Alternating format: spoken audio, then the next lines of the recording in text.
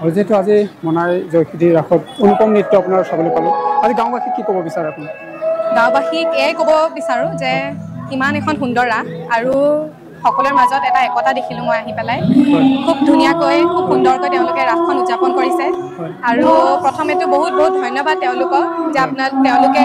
মোক বিচাৰিলে অহাটো আৰু মই আজি তেওঁলোকৰ মাজত উপস্থিত হ'বলৈ সক্ষম হ'লোঁ বহুত ভাল লাগিলে তেওঁলোকৰ লগত কম সময়ৰ বাবে লগ পালোঁ যদিও বহুত বেছি ভাল লাগিল আপোনাৰ অনুপম নৃত্য চাই আমাক মন প্ৰাণ ভৰি গৈছে আৰু শিল্পী জীৱনত মন গৈছে সেইটো কাৰণে অভিনয় জগত বা সৃষ্টিশীল জগতখনত মই সৰুৰ পৰাই জড়িত বুলি ক'লেও ভুল নহ'ব কাৰণ তাত যেনেকৈ কণমানি ল'ৰা ছোৱালীবোৰ আছে তেনেদৰে মই সৰুৰ পৰা নাটক কৰি গান গাই নৃত্য কৰি খুব ভাল